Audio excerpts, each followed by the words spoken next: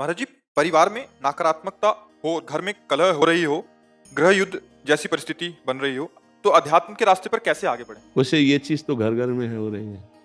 मतलब आप या किसी एक घर की ये बात नहीं कर रहे आप ये सार्वभौम बात कर रहे हैं क्योंकि जब तक शास्त्र का स्वाध्याय नहीं है और आचरण सद नहीं है, नाम जप नहीं है, दूसरों के प्रति श्रद्धा नहीं है, तो हर घर में कलह है।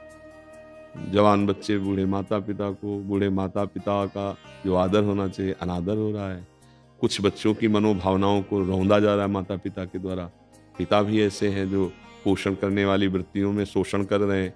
तो कई जगह घूम करके अगर बुद्धि को देखा जाए, तो धर्म विरुद्ध आचरणों के कारण हर घर में कलह हो रही है। कोई बिरला ऐसा घर होगा जिसमें प्रियता हो, पति-पत्नी में प्रियता, पिता-पुत्र में प्रियता, भाई-भाई में प्रियता। कलह की प्रधानता होने के कारण ये सब अशांति में बदल रहा है। क्यों कलह क्यों होता है? क्योंकि अपनी मान्यता के अनुसार अपने को सुख भोगना है। जहाँ हमको अपने सुख में बाधा पड़ेगी वहीं कलह हो जाएगा। तो हमें लगता है कि जहाँ कलह हो, वहाँ अपने को शांत करना सीखे, उनको शांत करने का उपाय करेगा तो क्रोध बढ़ जाएगा और कलह और बढ़ जाएगी। अगर हम अपने को शांत करना सीख लें तो शायद हम कलह से बच जाएं।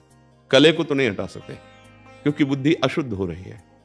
देखो कई बार हम प्रार्थना की है कि जो हमारे नवीन भाई बहन गंदे आचरणों में उतर रहे हैं, ये सदगृहस्थ नहीं बन पाएंगे। इसलिए नहीं बन पाएंगे कि हमारी जैसी वृत्ति होती है वैसे ही हमारी वृत्ति पुष्ट भी होती है। जैसे हम आज से शुरू किया 10 बार नाम जप करना, कल करेंगे 12 बार, 15 बार, 18 बार, और हम 2-4 महीने जपें तो अब बिना जप किए हमको अच्छा नहीं लगेगा, लगे ना? ऐसे हमने आज बॉयफ्रेंड बनाया, फिर उसको बॉयफ्रेंड बनाया, फिर उसको बनाया या गर्लफ्रेंड बनाया, ब्रेकअप किया, ऐसा ऐसा। अब हमारी वृत्ति वो पुष्ट हो रही ना अनजाने में। वो वृत्ति जब हम गृहस्थ में जाएंगे तो पुष्ट वृत्ति है, अब हमें चैन नहीं पड़ेगी। क्या वो गृहस्थी कलह युक्त होगी या शांति युक्त? विचार करके देखिए, कलह युक्त होगी ना? हाँ। अब हमारी मांगे बढ़ गई, हमारी वासनाएं बढ़ गई, हमारी प्रियता एक जगह रही नहीं, तो कलह तो होगा ही, अशांति तो होगी। अब नए बच्चे हैं, अब उनको अर्थ चाहिए, पिता की इतनी सामर्थ्य नहीं है, फिर वो गलत मार्गों में उतर जाएंगे क्योंकि उनको नशा चाहिए, उनको व्यभिचार चाहिए, उनको ये दिखाना है कि हम तुमसे कम नहीं हैं, हम भी किसी। बस ये सब जो बाहरी मान्यताएं हैं, ये हर घर में कलह हो रही, हर घर में। कोई वही बकाया है जो थोड़ा धर्म से चलता है, नाम जप करता है और संतों का सत्संग सुनता है, स्वाध्याय करता है, वही बच सकता है। नहीं, हम हर घर का मतलब यहाँ भी हर घर में कलह हो रही, यहाँ भी कलह हो रही, मन घसीट रहा है भोगों की तरफ, इधर उधर उधर, कितनी अशांति पैदा की हुई। जरा देखो आप, मान लो आप विवेकवान हैं, बुद्धिमान हैं, तो आप अंदर विचार करके देखिए क्या शांत है? क्या इस घर में कलह नहीं हो रही? ये क्या कलह शून्य हो गया है? अगर कलह शून्य हो गया है तो आनंद में मगन हो जाना चाहिए। कलह शून्य का मतलब न सोचति न कांक्षति, समा सर्वेषु भूतेषु मद भक्तिम लभते पराम। न कोई अब सोच है, न कोई चाह रह गई, तृप्त हो गया है, आनंद मगन हो। ऐसा ना इस घर में है और न बाहर है। जब तक धर्म से नहीं चला जाएगा, भगवद आश्रय, नाम जप और शरीर भी पवित्र आचरण वाला, शरीर का बड़ा प्रभाव पड़ता है। देखो, अगर हमारा शरीर अपवित्र रहेगा तो हमारी इंद्रियां और मन अपवित्र रहेंगे, इंद्रियां मन अपवित्र रहेंगे तो हमारे विचार गंदे रहेंगे, अपवित्र रहेंगे।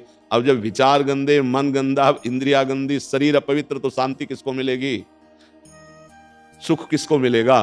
फिर वो क्या, चिड़चिड़ा स्वभाव, कड़ुआ स्वभाव।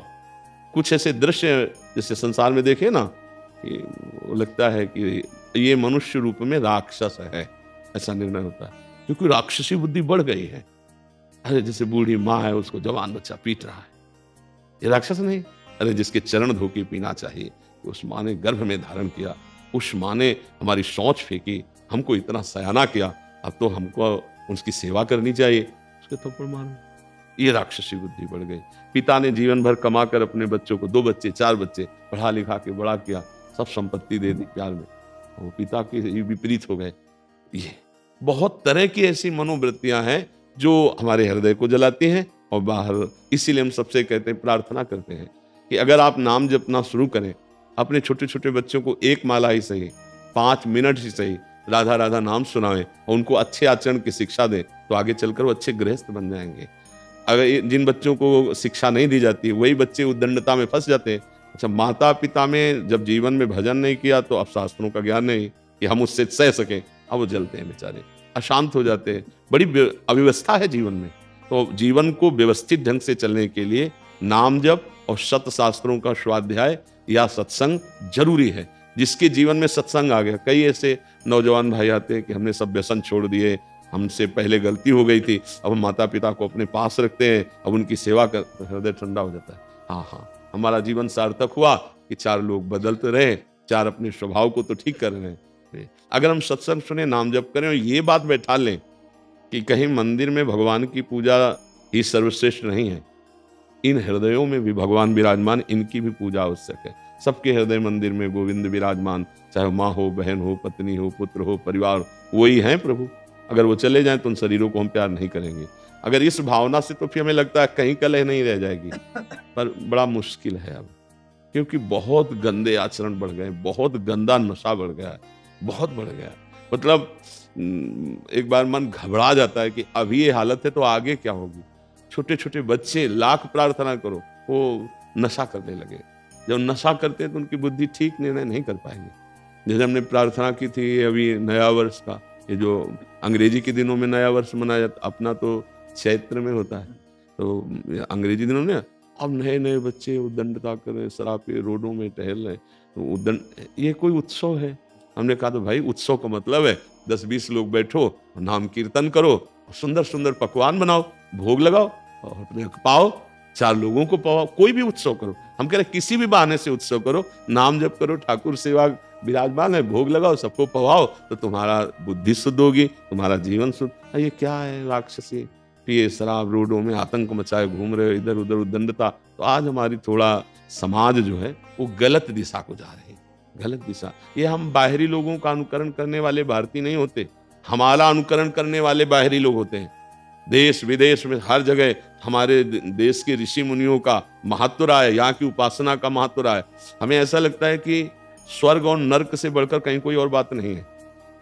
अगर मोक्ष है, परम पद है, कैवल्य पद है, तो भारत के ही ब्रह्म ऋषियों के द्वारा शोध की हुई बात है। नहीं तो नर्क और स्वर्ग से बढ़कर कोई बात नहीं। जहां देखो तो नर्क की बात या स्वर्ग की बात, ऐसा कुछ लगता है। ज्यादा तो हम पढ़े नहीं अन्य धर्म ग्रंथों को, लेकिन बातचीत से लगता है सच्चिदानंद परम तत्व में मुक्त हो जाना या भगवत प्रेम तत्व बोध, ये बात यहीं की ऋषि की होगी। भारतीय कोई ऋषि अगर बाहर गया है तो भले मोक्ष की बात हो, योग की बात हो, अन्यथा स्वर्ग नरक की बात रहे। तो हम भारतीय हैं, हमारा अनुकरण दूसरे करें ये बात तो ठीक है, लेकिन हम दूसरों का अनुकरण करके भ्रष्ट हो ये बात ठीक नहीं।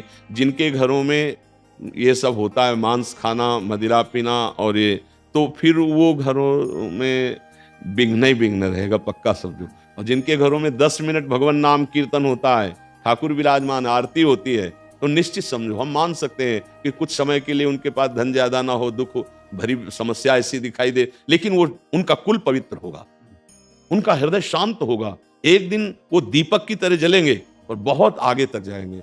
हम माना कि ये सब उपद्रवी हाइलोजन की तरह जलेंगे, लेकिन बहुत जल्दी फ्यूज भी हो जाएंगे, क्योंकि अधर्म ज्यादा टिकता नहीं, पापाचरण ज्यादा स्थायी नहीं रहता है। तो हमें लगता है भगवान का आश्रय लिया जाए और ठीक से चला जाए, नाम जप किया जाए, तो हृदय का कलह भी शांत हो जाएगा और घर का भी कलह शांत हो जाएगा।